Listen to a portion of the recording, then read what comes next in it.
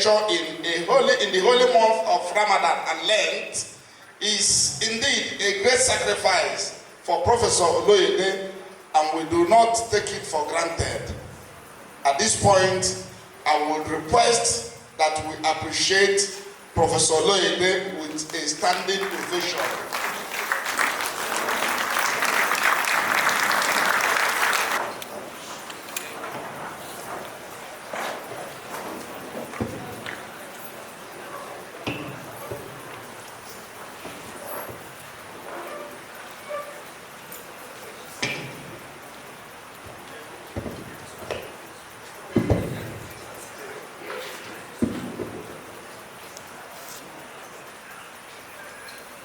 Vice Chancellor of this great university, Professor Charles Igwe,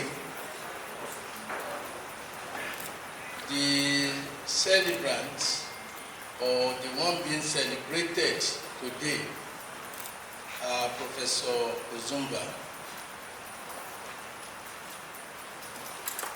Two of them, they are my very, very good friends. We quarrel when we need to quarrel, and we become friends when we need to be friends.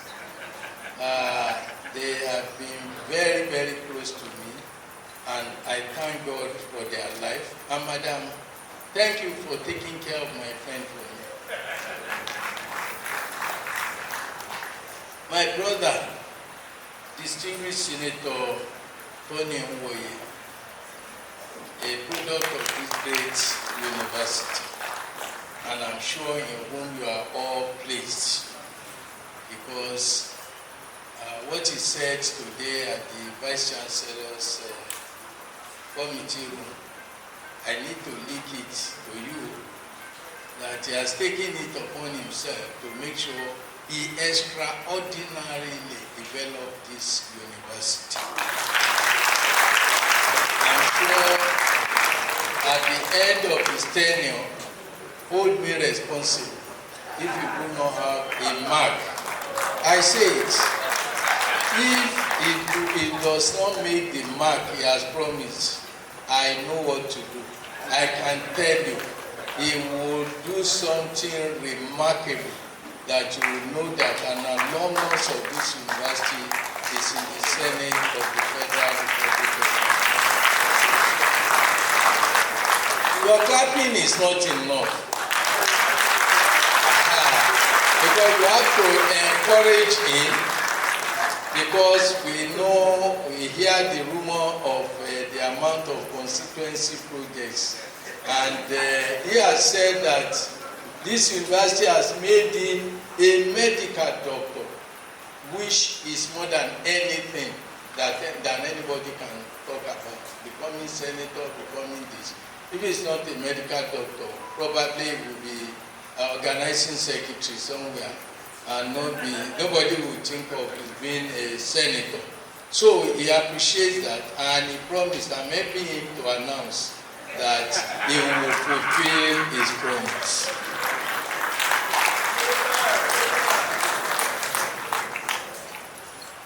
Visiting vice chancellors, principal officers, and their wife, the wife of the vice chancellor. Let me pay special tribute to you, because anytime he comes to Abuja and you see him smiling, I know that he has a home that is very happy about. So thank you for taking care of my friend. His Grace, the former Archbishop of Enugu, Emmanuel Chukwuma, former CJ of Enugu State, my Lord spiritual and temporal, my JAMB colleagues, particularly my Director of Special Duties, Director of Public Communication, the State Coordinator in Enugu, and others who are here with us, members of the media, distinguished ladies and gentlemen. I want to thank God that who has made it possible for me to be here today. I can tell you it's not easy. It's not easy because when the Vice Chancellor was calling me day before yesterday to remind me of this program, I ended the phone as quickly as I could because I was even not sure, despite my mission, that I would be here because I was a bit ill and I felt that will it be possible, will it not be possible? But I was made ill not by Ramadan. I was made ill by the fact that I took the lecture almost for granted that I know what to say until 4 days ago when I panicked and I started gathering the materials to write the paper. So that gave me sleepless nights and that had forced me to have to visit the hospital because I had to write the paper. So I thank God who has made it possible for me to be here eventually. When I begin to think of this address and kind of analogies that I was going to make, I began to ruminate over the challenges, the tribulations, and triumphs that I also have recorded in office at BC between 2007 and 2012. Anybody who has had great fortune of running a university in Nigeria with emphasis on that, and surviving the experience intact is a fortunate fellow. Indeed, he or she becomes more fortunate if he remains alive to tell the story. A story about contending issues and forces, centrifugal and centripetal forces, the positives and the negatives of staff union activities, the topsy-turvy nature of student unionism, the nightmare of managing utilities, especially electricity bills, the idiosyncrasies of many friends, colleagues, and acquaintances alike from nooks and crannies of the country and even beyond, the divide and rule politics of our local communities, primordial pressure, the machinations of government, both at the federal and the state, and ultimately, if not the most important of all, the paucity of funds. With what all this meant was countless sleepless nights, energetic popping afternoons, and many lost goodwill. If you are a vice chancellor and you go into that office with 10 friends, if you come back with 5 of them, you are lucky. You will lose your friends. You have to, unless you are not a successful vice chancellor, because they will make request of you that your office will not make you meet.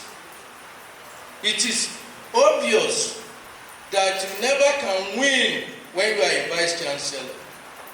Despite all pressures and tribulations of office, the Almighty God has left one with the capacity to smile over many of his achievements and fine moments in office.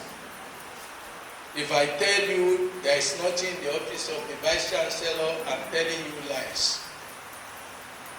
Yes, there are trouble, but also there are fine moments that you will be happy that you are a Vice Chancellor. All this taken together is the life and story of an average Nigerian Vice Chancellor. These stories must be written, my brother, Professor Ozumba. It must be written, our memoirs be issued, and our sanguine experience disseminate. It is better said than done, because some of the facts I know should, in the interest of all, remain unpublished and better still unwritten forever.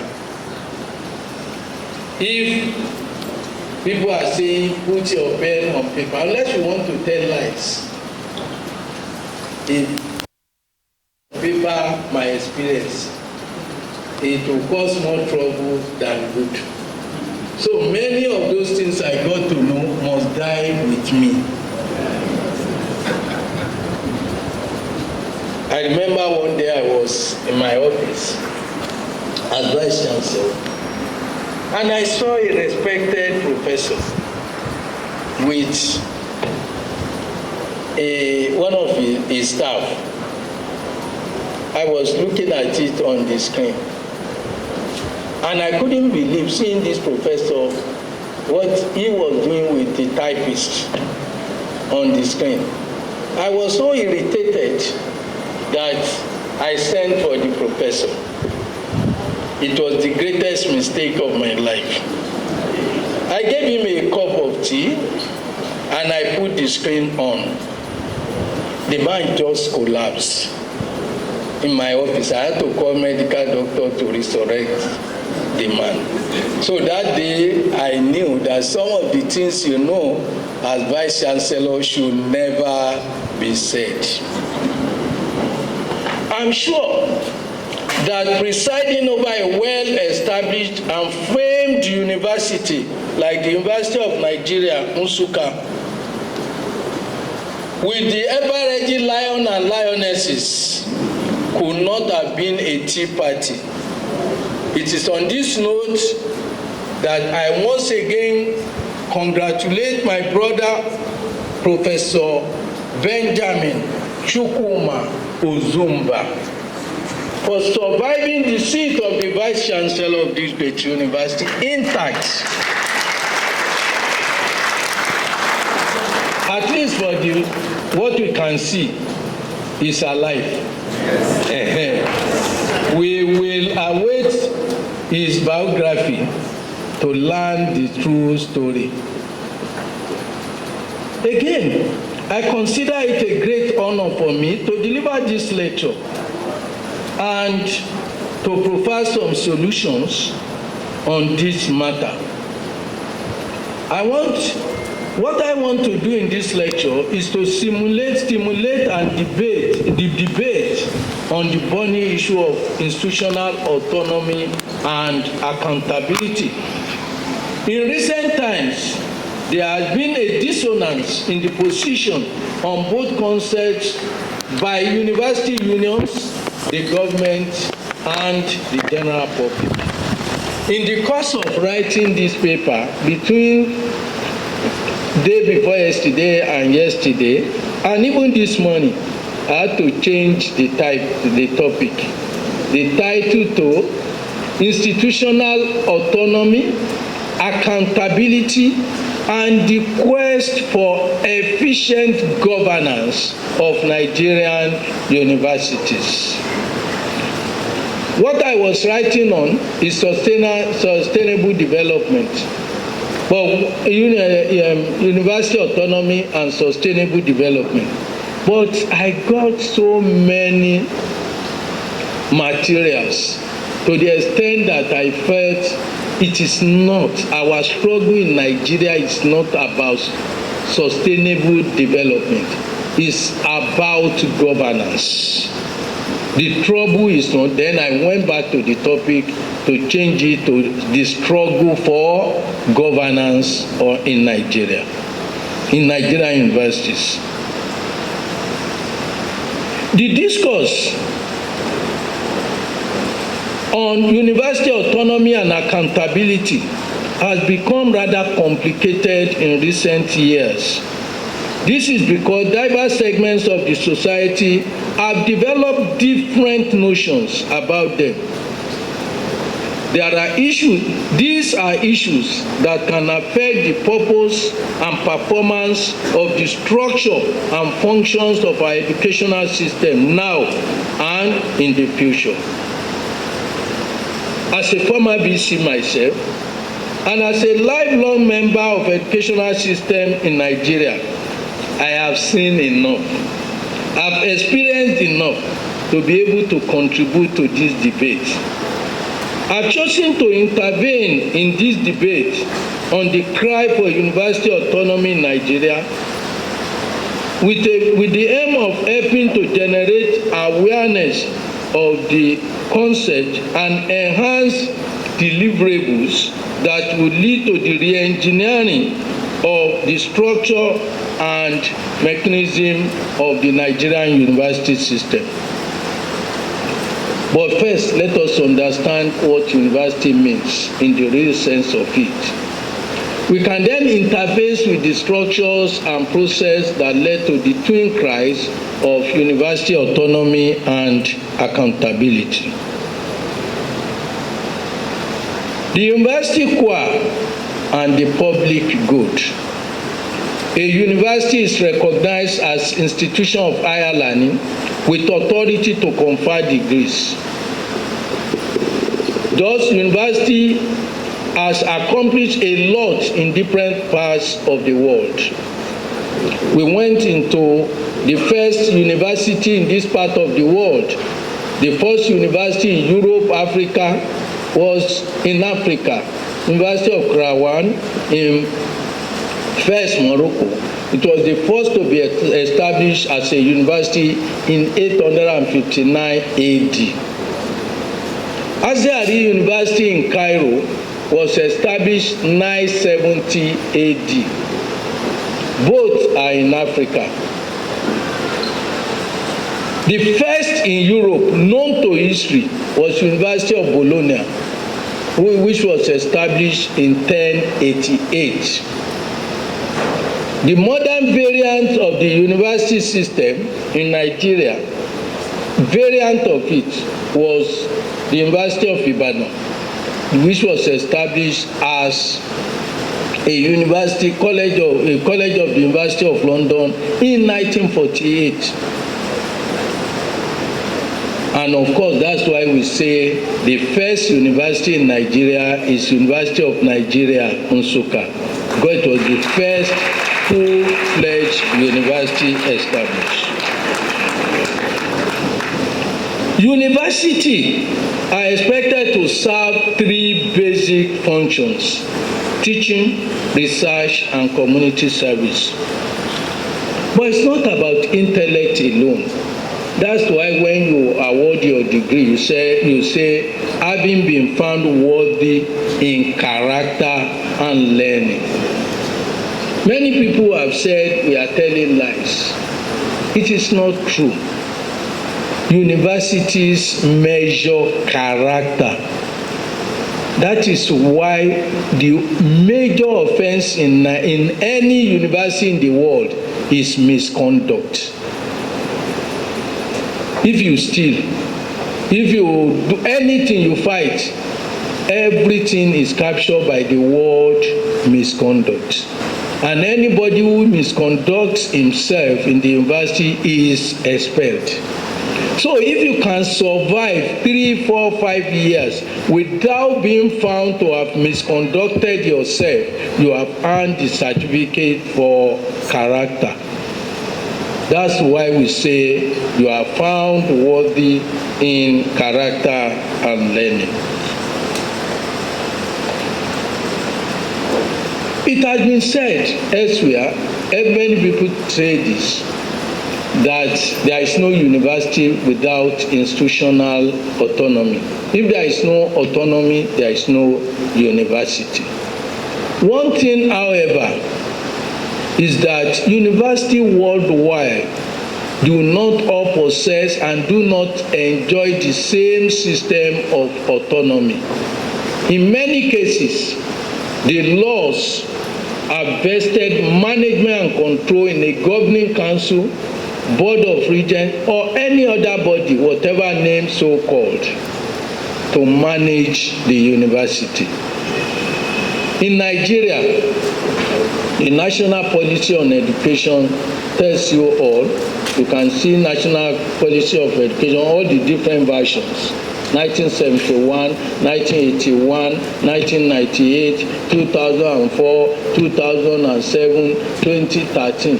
If you see the number of versions of policy of education that we have in Nigeria, you know why our education is not stable. If the policy is not stable and we change it like, I don't want to say Airtel, you know, there is one telephone that was changing its name from one thing to the other. So that's what we are.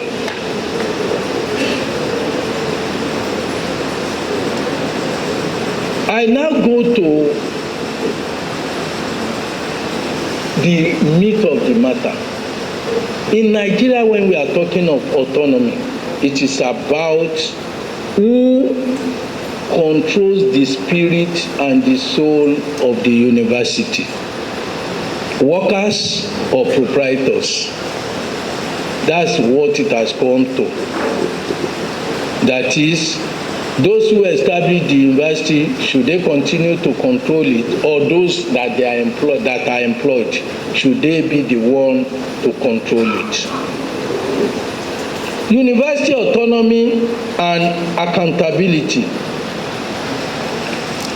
Accountability and autonomy, they go hand in hand.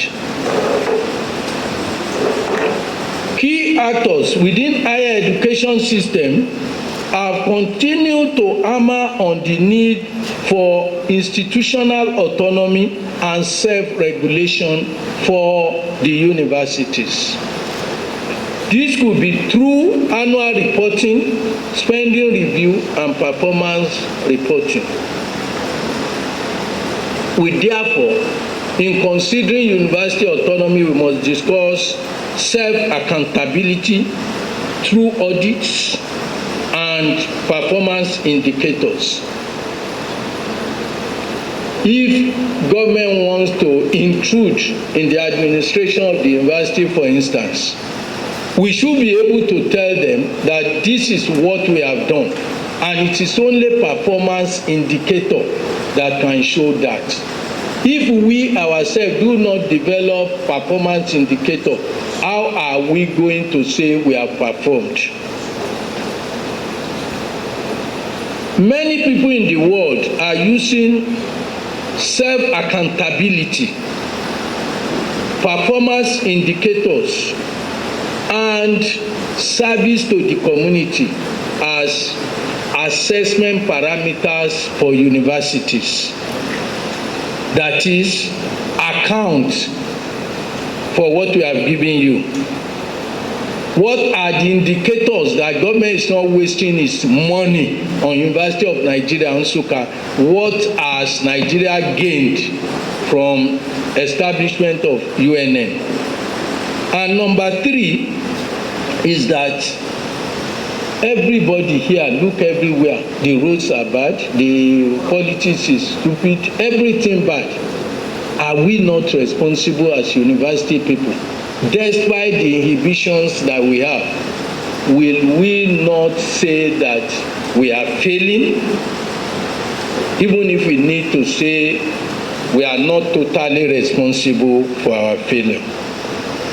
Improving the quality of governance and administration in the university system has now become a defining moment.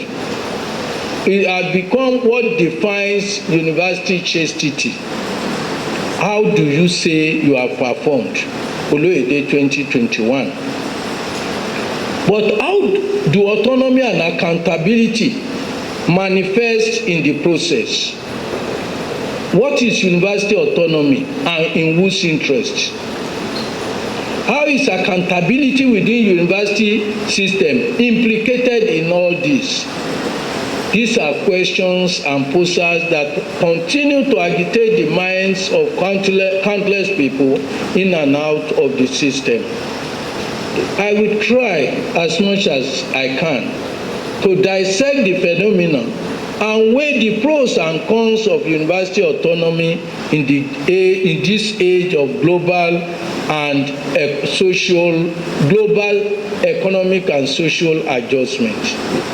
What is autonomy? Simply put, University autonomy refers to capacity of a university to exercise independent control over the day-to-day operation and curriculum without the interference or control from the government or any institution or organization.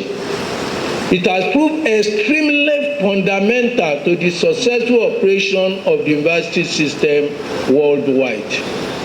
That is, universities perform better when they are not regulated, excessively regulated by government.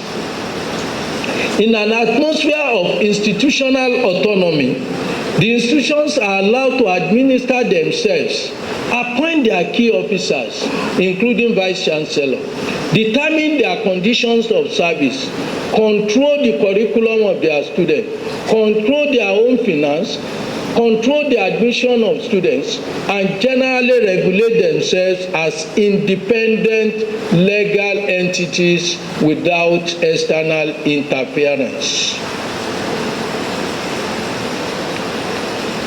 Autonomy in the university is a universal concept, but the interpretation differs from place to place. Particularly in Nigeria, government interpretation is different from union interpretation. I will give an example.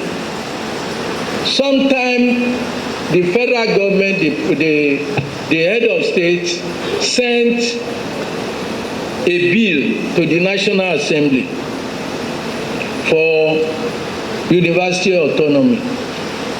And let me read to you what the bill, which was not eventually passed, what it said. That's the understanding of the government about university autonomy. 1, government should provide funds as a block vote, which the university can spend as they choose. That is, government will give 10 billion naira to UNN, swim or sink. That's what that means. That this is what we can afford and we'll give it to you. Number 2, universities should go and raise additional funds if they need them. Number 3, government should retain the control of the governing council through majority members of the council. Number 4, governing council should appoint vice chancellors. Number 5, each governing council should determine the condition of service of its staff. Number 6, staff and student union should relate to individual governing councils. So ASU should not fight federal government again. SANU should not fight your council. Number 7, tuition fees should not be charged for undergraduates, but take note, but university may charge for other services such as accommodation. That's why you are not charging for library services, acceptance fee, sweeping services, internet services. All you avoid is tuition, and we say it's tuition fee when even your acceptance fee is more than what could have been the tuition fee. We are just deceiving ourselves. The functions of the NUC should also be limited to monitoring of standards. Government was ready to give that as their understanding of autonomy. But the universities rejected. The university rejected because they believed that government wanted to abdicate its financial responsibilities to the university. That if we give you X amount, go and manage it the way you want. They don't want that. They want government to continue to give as much as the university needed, and therefore they were opposed to it. The second aspect was that Go and discuss with your council. They believe that will fragment the union. There will be no central ASU. There will be no central SANU. And therefore, the first is a way of government dividing the union. And they rejected all this. Take note that on one hand, we in the universities, we claim that we want government to hands off. But when government wanted to hand off, we said no. Go and discuss with your council, we said no. Go and do this. Why? It is because of lack of trust. Government may be insincere, but the truth is that we do not trust them, even if they are sincere. That is why we were opposing what could have been the best for us in terms of autonomy. This is what I can afford. Go and manage it on your own. I have nothing to say about you, but I want to control the council because I give you money. That was what it means.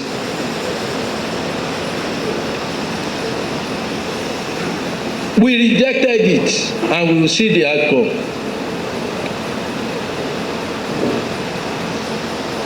All over the world, the degree of autonomy enjoyed by any university depends on two things: the disposition of the government and the law. If you have a government who is busy doing more serious things than the university, if you want autonomy, more than autonomy, will give it to you. But in a situation that our governments have destroyed all national institutions, the only thing they can be proud of are the universities. How do they abandon it? Tell me, if you want to bring anything to your community today, the only thing that can excite the people is to say, I'm establishing a university or polytechnic or college of education. Every other instrument, which factory are they establishing? Our people believe that the only thing government can give them now that they will trust are the universities, polytechnics, and colleges of education. So, how will you then reasonably expect a politician to live with you totally the instruments of their political relevance? The second one is the law. In many cases, the law stipulates autonomy and the level of autonomy to be enjoyed by the university. Let's go outside Nigeria. There is what is called the global voice of the universities. Global voice of the universities on autonomy in the world is called Magna Charta Universitatum. Is in Bologna in Spain. On the 18th of September 1980, 380 universities, on the occasion of the 900th anniversary of University of Bologna, the day Bologna was 900 years old, vice chancellors across the globe were invited. 380 of them attended. And they signed an accord for universities on autonomy of the university and academic freedom. They all considered it, and 370 of them signed it as a pressure, as a commitment to the universities that they will not lose two things. No matter what a university loses, no matter how naked a university or helpless a university is, they will not lose institutional autonomy and academic freedom. Today, 975 universities in 94 countries of the world have signed the Magna Charta Universitatum. That is, they subscribed 975 today as at yesterday. I know one signed yesterday. Day before yesterday it was 974, but yesterday morning it was 975. Only two of them are from Nigeria. Obafemi Awolowo and University of Ilorin. They have subscribed to the 1988 charter. In the case of University of Ilorin, we brought the charter when I was vice chancellor.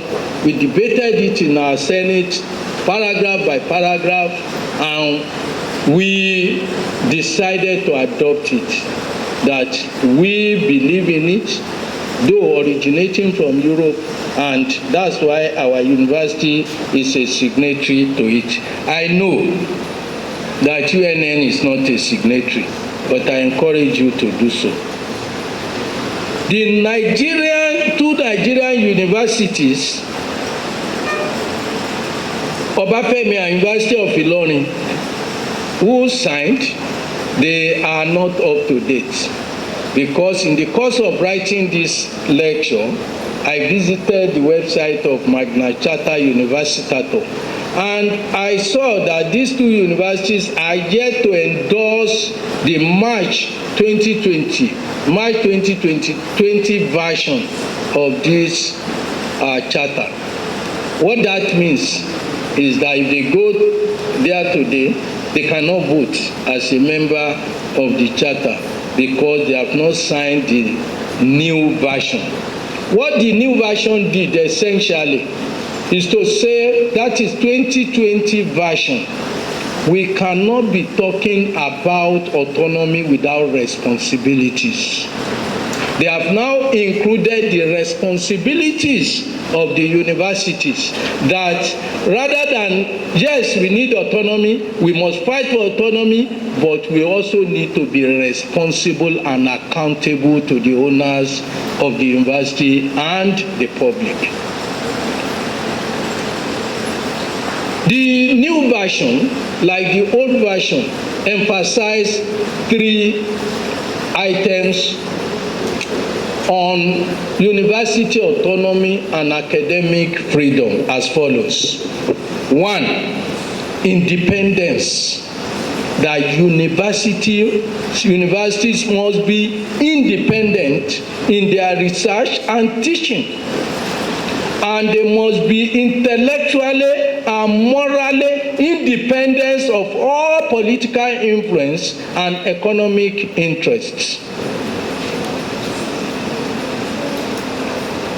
You see our professors of pharmacy on television advertising one drug or the other.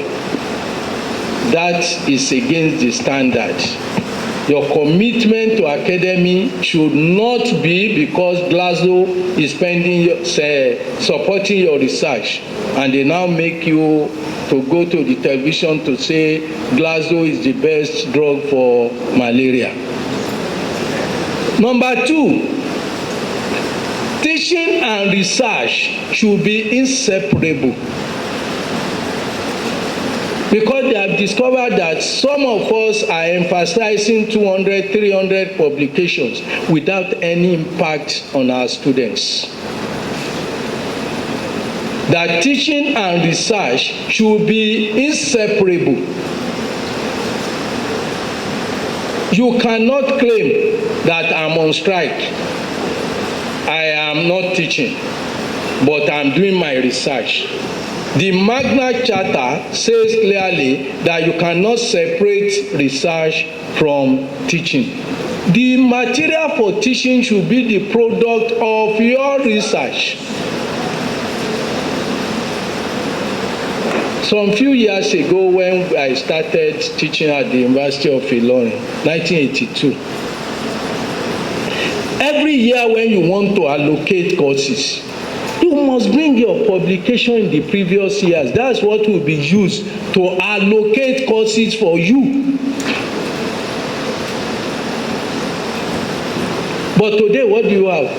One man, the lecturer he had been teaching for 10 years, is the one teaching it and will be oppressing the students with one note that he will keep on reading and reading over.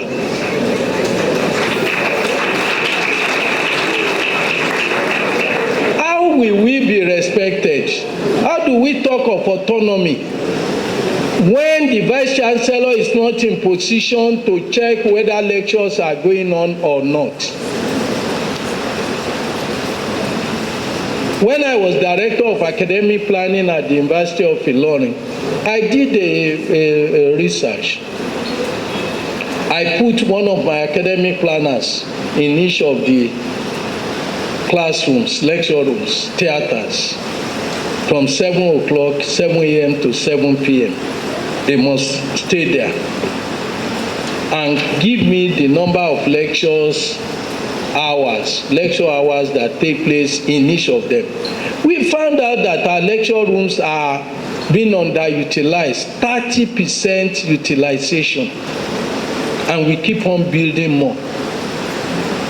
I challenge you to go and see our lecture rooms. See from 7 to 7 p.m. how many lectures take place in each of the lecture rooms, rather than integrating our timetable to ensure that we utilize the same room.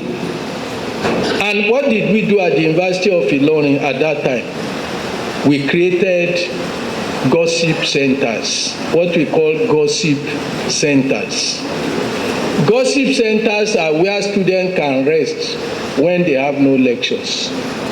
They can go there and gossip, do whatever. If you want to read, if you want to. And you go to the West and you see so many of such gossip centers where students, instead of wasting the space in your classroom when another lecture can take place there, students will just stay there and be gossiping. That's part of our accountability measures. Number 3, I'm giving you what Magna Carta contains, is that university as a site for free inquiry and debate, distinguished by its openness to dialogue, and rejection of intolerance. Rejection of intolerance.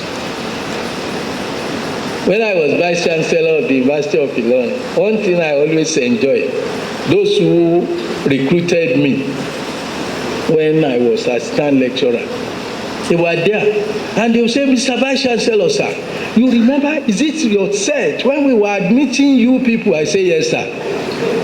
When we were admitting your set, that was when we took, I say, yes, sir. Do you want to kill the man? You don't want him to enjoy anything. You are the Vice Chancellor. The man is a professor, and you don't want him. He can insult you as many times as he wants. That does not make you take you from the seat of the Vice Chancellor. We must be tolerant.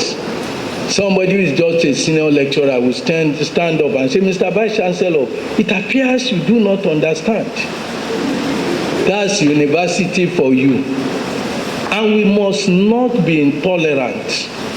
We must accommodate such aberration. That is what our own Magna Carta is telling us. The Magna Carta, the new version on university autonomy and academic freedom, then gave values and responsibilities of the university. But before doing that, said level of autonomy or intrusion, autonomy or lack of it, will be determined by culture, geography, and history. A president, when I was with the VC, if you do that in Nigeria, it's not the Vice Chancellor, the military boys will have shot you before. It's your dead body that will report to the Vice Chancellor, not that you see a president standing up and you start to shout on him and insult him because you are in the university. So it will be dependent on the culture, history, and geography of the university. And they say University must engage and respond to the aspiration and challenges of the world and to the community they serve. Kidnapping everywhere, particularly in the eastern part of Nigeria. What is the response of UNN? You have Institute of Peace Studies, you have cyber security, you have, if you cannot protect the whole of Enugu, you should be able to protect Nsukka if you are really a university. I always say it. I'm a professor of Islamic studies. But I tell my colleagues in Islamic studies that we are failure. If we had applied our Islamic studies outside our cocoon in the classrooms, and we have told people what Islamic studies are, those charlatans will not take care, will not have taken over those boys that became Boko Haram. It's our failure to disseminate what we know. And we will stay in the university, and the universities will no longer be safe for us, because those who are not as educated in Islamic studies as we are, they were the ones who had indoctrinated these boys and girls and have turned them against the country, while government continues to pay us.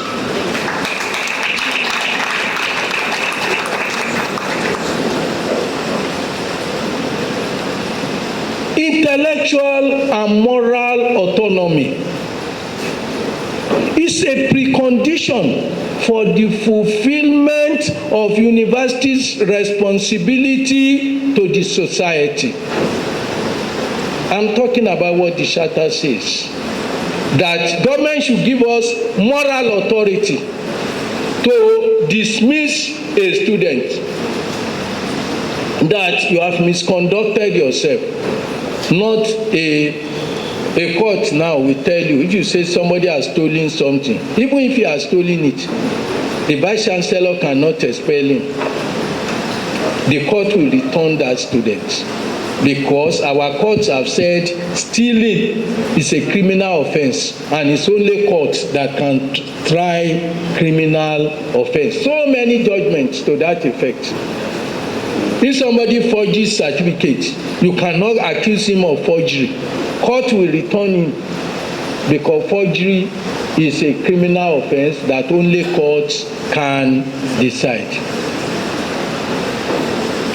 4 or 5 days ago, High Court of Benue State decided a case against WAEC. WAEC refused to release the result of a candidate because they felt he had been involved in examination malpractice. Court said, no, you are not a court. Examination malpractice is a criminal offense. Therefore, you must give him the certificate. So the point I'm making, and that is why in Nigeria, we don't call a spade a spade. If somebody steals now and you want to send him out of the university, you cannot say stealing. You say he has misconducted himself. If he presents wrong certificate, you can't say forgery, unacceptable certificate. So all these things to avoid head collision with our courts. Because if you call them the real name, the court will. There are many cases that have been decided against universities. Therefore, a condition for our fulfilling our responsibility to the society is the society should give us moral and intellectual autonomy. If you see a girl who, I don't know, when I go on around the country and I see a girl who is naked in JAMB office, I send him out because I stand as a father to you. I believe that you are my daughter, and therefore I can tell you, go and dress properly. When you see some of the girls, you will think that their mothers are dead, because if their mothers are alive, they will not allow them to come out like that.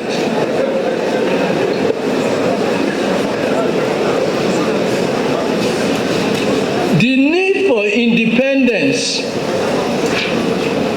should be protected. Please listen. This is Magna Charta 2022 version. You can go to the internet and search for it, Magna Charta Universitatum, to tell you, and it will give you the 975 signatories. And if you want to, if you want to be a signatory when you are going, buy my ticket. I'll go and take picture with you. The need for independence to be recognized, protected by governments and society at large, and defended vigorously by the universities themselves. That is, we must not compromise university autonomy and academic freedom. Respect for institutional autonomy, and university should embrace all this. Listen, with integrity, equity, fairness in all aspects of academic life, including admissions, hiring, and promotion practices. That is part of the performance indicators that we are talking about. If I ask you to bring the list of staff of UNN, and if 80% of them come from the southeastern part of Nigeria, you have failed the nation.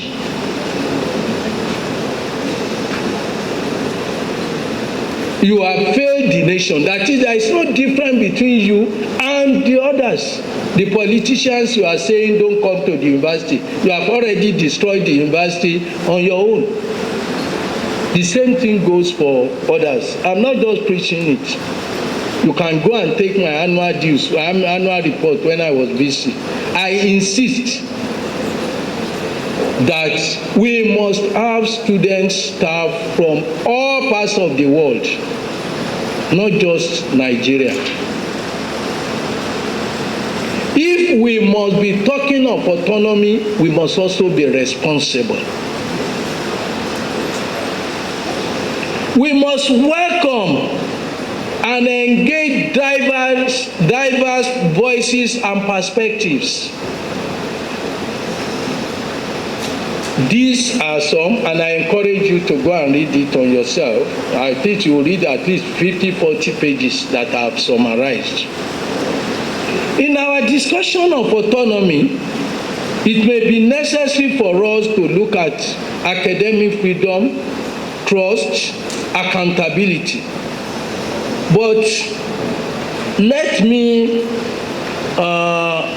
quote this gentleman from Belgium, Ghent, from Ghent University. Jeron said something that summarized my view, and I quote: despite notion of ivory tower, knowledge for its own sake, because when you are doing research, ask me to bring money, they say, what do you want to use it for? You say, it's knowledge for its own sake. I want to advance knowledge. That's why most of us become professors without anything to show for it other than books on the shelf. If you ask a professor of Christian studies in UNN, how many churches are in Nsukka? He may not know.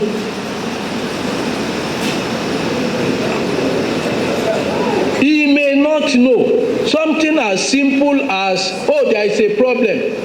Let us locate the number of churches in Nsukka and which domination, who is their leader. He does not interact with them. He limits himself to the classroom. The church does not even know that a professor of Christian studies exists in UNN, because he does not relate with his constituency. That's why a professor of mechanical engineering will be taking his vehicle to mechanics who did not go to school to repair.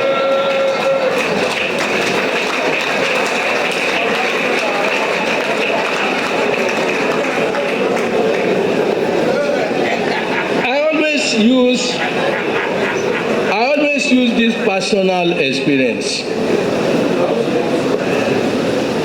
When one of my children returned from UK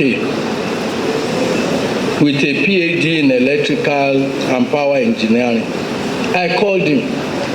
I said, look, this house of mine, I'm not going to spend any kobo on any electrician again.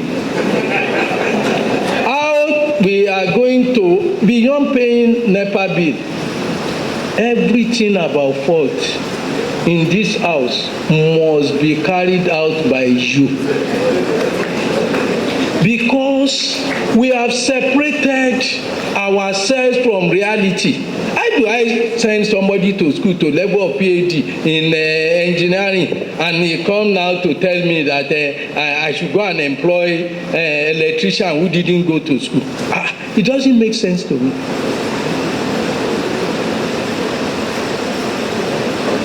I always give this example of how our universities are not responsible to the community. An example of Professor Randa in Uganda. He was not a doctor. He was, what do you call them? These people who are dispensing drug. What do you call them? Not pharmacists, so less than pharmacists. Dispenser. All those technicians. He was. And it was very useful to the community. Anybody who had a headache, stomach, anything, when they go to him, he would even snake bite. And he didn't go to school. One day, the people came from Germany and they saw him and they said, you are fantastic. Where did you say? By experience. And they saw that people were happy with him in the community. They say, you must be trained. And they took him to Germany, that they waived all O-level results for him to go and study medicine. When this man came back after 4 years, and the people were happy,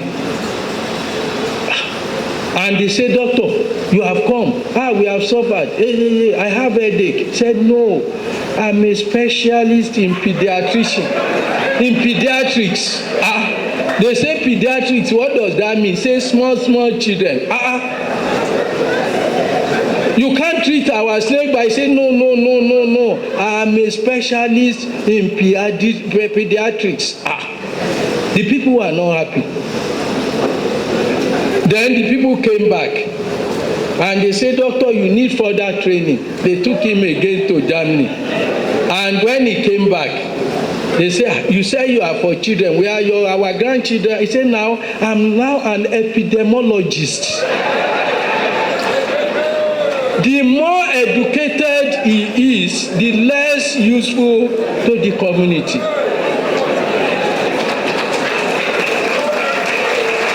So what we are saying is that our universities cannot be talking, and I was quoting, let me finish the quotation. Despite notion of ivory tower, knowledge for its sake, and academic freedom, all suggesting academia does not need to account for our activities. That's what it means.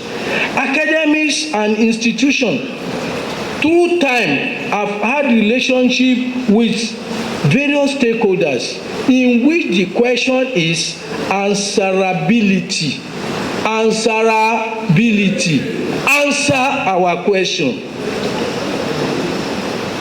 Such answerability relates to universities accounting for the public money spent on you, but also to explain some of the academic activities you are doing. And he said, This set up their research method. They should explain the research method which they use and why, and explaining to what extent their results are valid, reliable, and generalizable, unquote. That is Osman 2020. He said we cannot just be talking of academic freedom, autonomy. What do we do of the autonomy that has been given to us? If you cannot lead your faculty of electrical engineering, you cannot create solar and say this department of electrical engineering, therefore I don't need the national grid, then what's the value of the money we are spending to train you? And you say we don't want autonomy. If you don't want autonomy, you must also be intrusion. You must also be responsible. The Nigerian aspect, I call it University Autonomy in Nigeria, antecedents, precedents, and processes. In Nigeria, academic freedom is sometimes confused with institutional autonomy. There are two different things. Academic freedom is to the individual what institutional autonomy is to the university. There can be no academic freedom without institutional autonomy. If you go and give a lecture as an academic and you are arrested by SSS, your vice chancellor should be able to go there to say, arrest me along with him, because he must protect your academic freedom, which you are exercising by the product of your research. Not when you go and join party and you are expressing the view of the party. We are talking of when you are speaking as an academic. As I stand here today, I'm not speaking to you as a registrar of JAMB. I'm speaking as a professor of the University of Autonomy.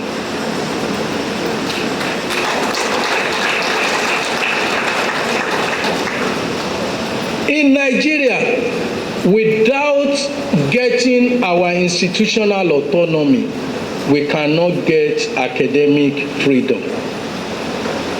The vice chancellor, the university should be able to defend academic freedom of his staff in what they teach, in what they disseminate, even if it is not pleasant to the vice chancellor. Within Nigeria, institutional autonomy is focused against government. When they talk of institutional autonomy, they are talking about government, and largely federal government. Private universities in Nigeria do not have any iota of protection against interference of funders and founders, most of whom have assumed, with or without prerequisite qualification, the position of chairman of the BOT, chairman of council, chancellors, and so on. And they dish out all sorts of orders, and they usurp the power of the vice chancellor and, of course, the bursar. In most of the private universities in Nigeria, the founder is the de facto vice chancellor. The wife is the de facto bursar. They just decorate the office of the vice chancellor with a willing person who is willing to say yes, sir, as many times as possible. So when we are talking about academic freedom and institutional autonomy, I must tell you, I am not talking about private universities, because it's another shameless aspect of our life. The focus of debate on institutional autonomy or academic freedom is directed at government, particularly the federal government. Whereas today, of the 265 universities in Nigeria, only 53 are owned by the federal government. 53. And these 53 control more than 60% of the entire student population. There are just 53. States have 63 and private have 149. So when you are talking of institutional autonomy, you are talking of institutional autonomy against government, not against proprietors. And that's what it ought to be. Magna Carta is talking about institutional autonomy against all proprietors. I don't want to open a Pandora box, so I will maintain my silence and continue to say, except ASU, I've not seen anybody talking about the anomalies going on in private universities in terms of governance. It is completely shameless. The search for university autonomy has become major issue in contemporary Nigeria. And with the establishment of University of Ibadan, University of Nigeria and so on, University College Ibadan, University of Nigeria and so on, we have some degree of autonomy. We used to create our own curriculum. We used to admit our own students. We used to recruit our staff. A high degree of autonomy within purely academic matters and basic principle guiding instructions have been responsibly enjoyed by Nigerian universities at the beginning. There were, however, internal mechanisms that guided professionalism, academic competence, financial responsibilities, and this include number one for me is the congregation. Go and look at your law, the law of the University of Nigeria, and look at the functions of the congregation. It was deliberately designed to be a welfare arm of the government. It's supposed to be ASU, SANU, all those things they want to add for. It's supposed to be advocated on the floor of the congregation.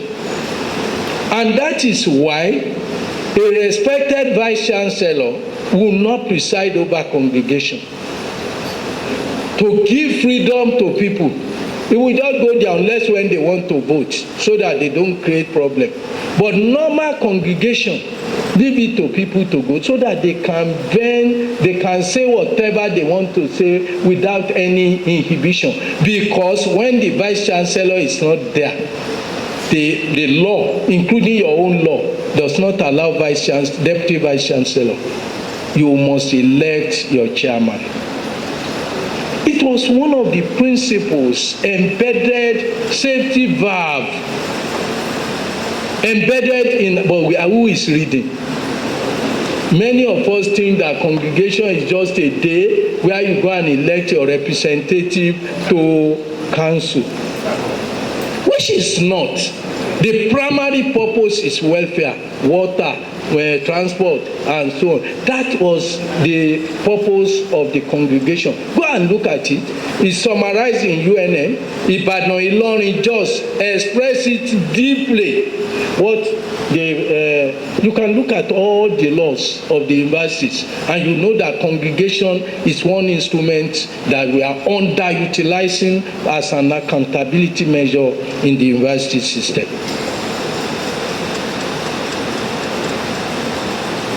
A bone of contention between our university and government is the degree of institutional autonomy of the university and accountability of the university to the government.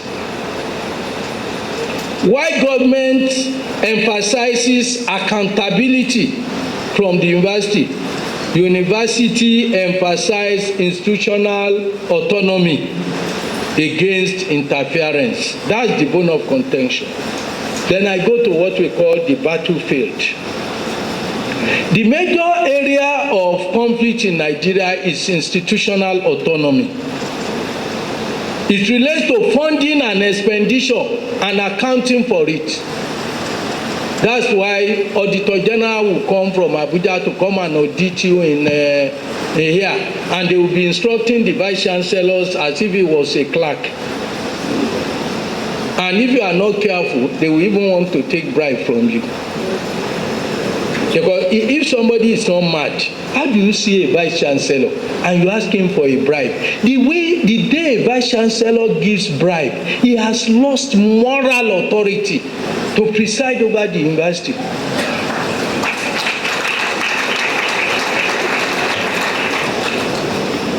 He has completely lost it.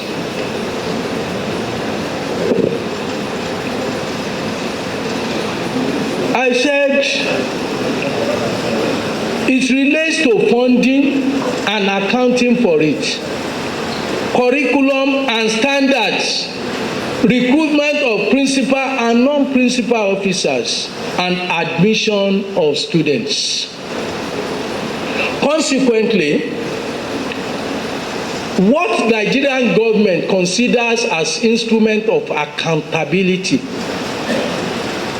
are considered by the university as instruments of intrusion, and I've identified 6 of them. 1, JAMB. 1 is JAMB. One of the problems against an institutional autonomy is JAMB. The second one is NUC. The third one is public service rules. The fourth one is public service policies and circulars. The 5 is the council and its composition, and the 6th is visitation and the visitor. These are 6 instruments that the universities consider an intrusion on academic freedom,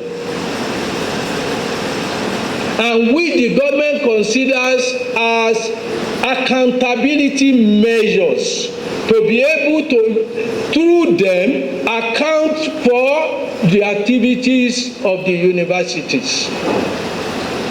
I must confess that as the incumbent registrar of JAMB, I'm involved in the issue, but JAMB is the least contested. It is to the credit of JAMB that the university initiated and called on government to establish it. Government did not establish JAMB. If you don't have your history, go and read. It is therefore, JAMB is neither an accountability nor an intrusion instrument. And that takes me to the evolution of JAMB. And you can check it anywhere. Before the establishment of JAMB as a central admission body, tertiary institutions in Nigeria, especially universities, I want to talk about university, admitted candidates from the pool of applicants who apply to them with their O-level, and they give them concessional tests and they admit them directly. No central authority. Till the early 1970s, only 6 universities were existing in Nigeria, and they were the University of Ibadan, University of Benin. When I mention University of Ibadan before University of Nigeria, many of you don't know politics of university. If you go to universities abroad, if you want to go to procession like Nigeria, I was in one university recently. I think it's a university of one newly established university. What do they call that university in Ekiti? Oye Ekiti. And we were going on procession. And who is the last person on the procession of the Vice Chancellor? The Vice Chancellor of one university that was established 3 years ago. because we have lost the culture. In the university, when you are doing procession, it's the age of the university that determines who comes first. The older the university, the more they are at the back. University of 2024, they follow by 2023, but it is the age. The oldest university will be the last. That is our culture. That is why Ibadan is keeping 1948 as its year of establishment. Because if Ibadan should choose the time it became a university, it will have lost its rank among the universities outside. Of course, it will be behind University of Legon. So that's why University of Ibadan officially is claiming 1948. That is why Yaba College of Tech is claiming 1934. You get the point? Because it has implication in the committee of universities. If you go to university, you go to IAU, for example, or even ACU, they arrange the seats. They will ask you, when was your university appointed? You go to the Baghdadi. You go to the Baghdadi. It's the age of your university that gives you a place on the front seat. That's why Ibadan is sticking to 1948. University of Ibadan, University of Benin, University of Ife, University of Lagos, and UNN. Through this process, a candidate will apply to many universities and they will qualify for all. Do you get me? They will be qualified for all. And what do they happen after that? University of Nigeria will admit that same candidate. Benin admit him. Ahmadu Bello University will admit him. Then when it is time to go, he chooses where to go. And this was leading to waste of spaces. And it was also found out that people were becoming local universities, all Yorubas going to Ife, all Igbos going to Nsukka, and so on and so forth. That was when the vice chancellors met in 1974 and mooted the idea that they must have a central admission body so that they would not be wasting. And the vice chancellors under CVC set up a panel of two. Mr. K, the Secretary of University Central Council of Admission in UK, and Mr. Peter Pierre of Ontario University to help us look at how we can have a central admission center. This was the Vice Chancellors themselves who established JAMB. And after this, they made a submission to the federal government. The federal government should set up two bodies, one to be doing admission and one to be doing matriculation for all the then existing universities. The federal government set up Angulu committee to look at the reports submitted by the VC. And the government decided that instead of establishing the two, establish one and call it Joint Admissions and Matriculation Board.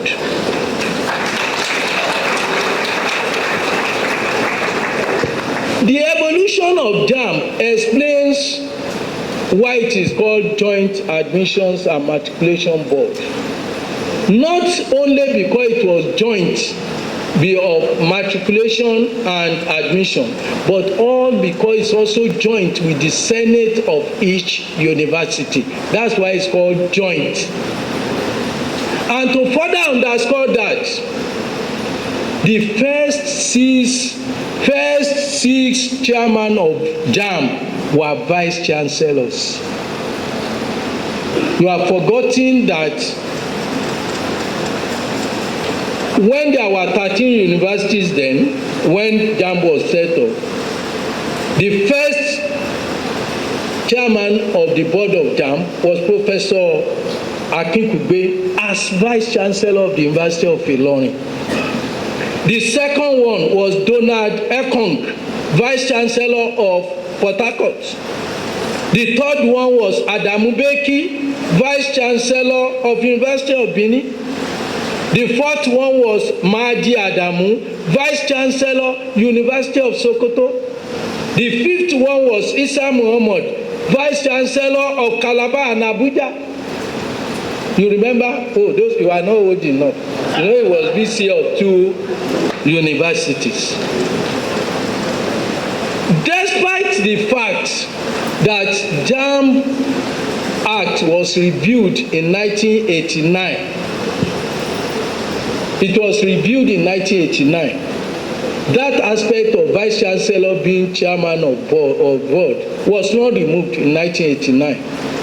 Was not included, rather. They expunged it in 1989. But despite that, they still allow Vice Chancellors, sitting Vice Chancellors. And all the universities there, 13 of them, they were members of the board. To show that the board was just established for universities to run. It was not an intrusion body. It was established by the Vice Chancellor. But where did we get it from? It was in 2005 when President Obasanjo retired Kema Chikwe, Dr. Chikwe, as Minister of Aviation, and was looking for a respectable place to put her, giving Minister of Aviation. So that was when she was given the chairmanship of JAMB. That was the termination of the process whereby serving vice chancellors were, up to 2005, presiding over the affairs of the board, which means we have to put our house in order.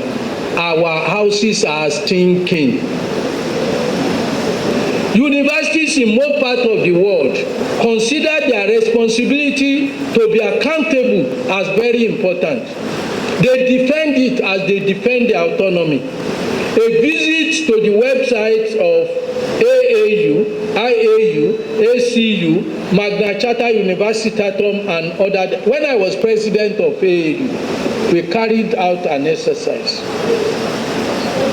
And we asked all universities to submit their accountability material. How do you account for the money given to you?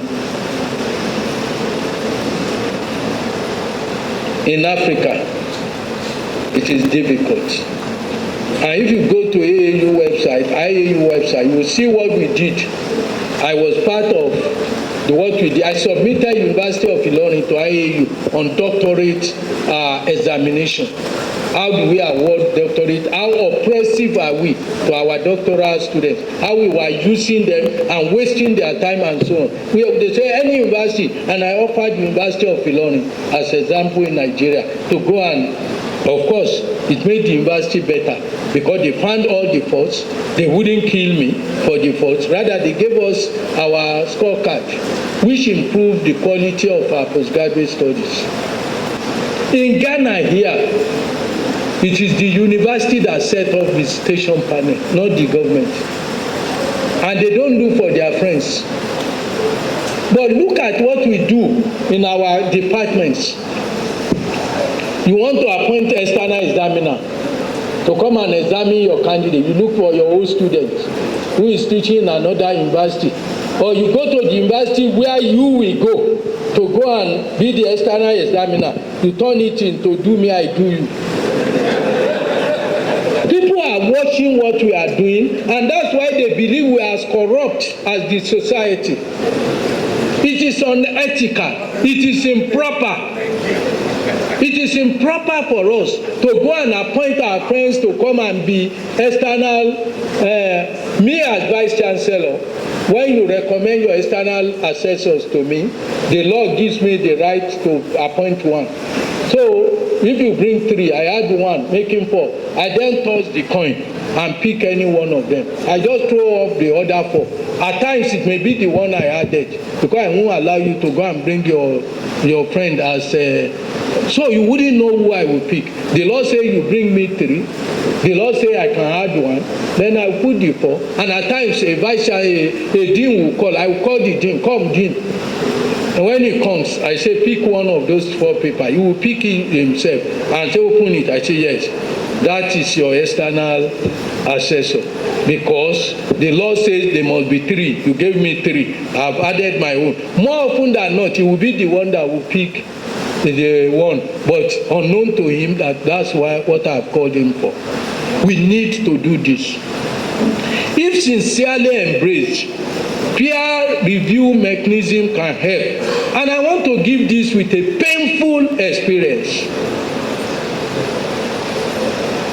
On the 19th of April 2010, I gave a lecture at the 25th ABCNU conference held in Osogbo in 2010.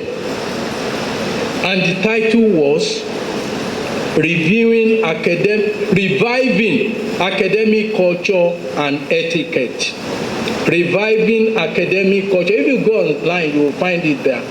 The lecture I delivered in 2010. In fact, I didn't see it again until day before yesterday, thanks to you. Because I was saying, I gave this lecture. I started calling my old students and so on, until one of them sent it to me. I don't have the record again.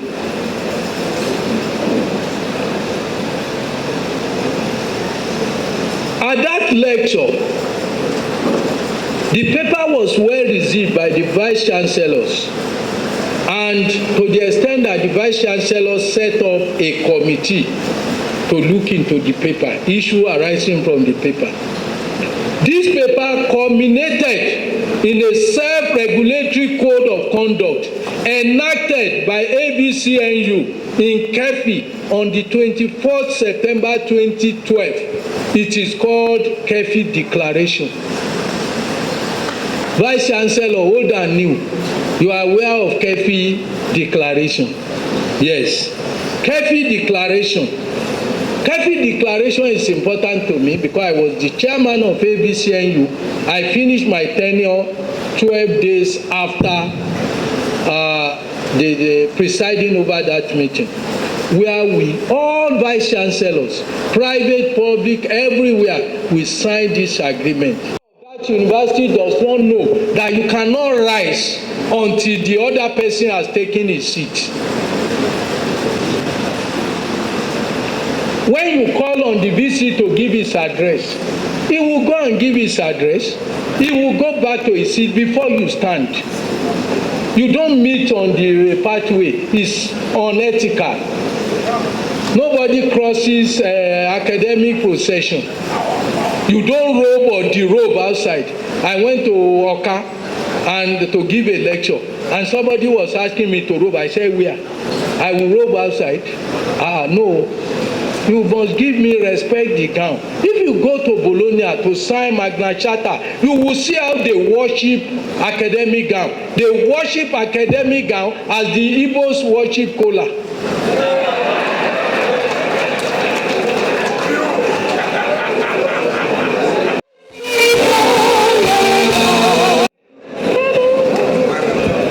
This is what a lecture should look like. Thank you very much, Professor Oloide. Unbelievable stuff. My School News TV, giving you a voice.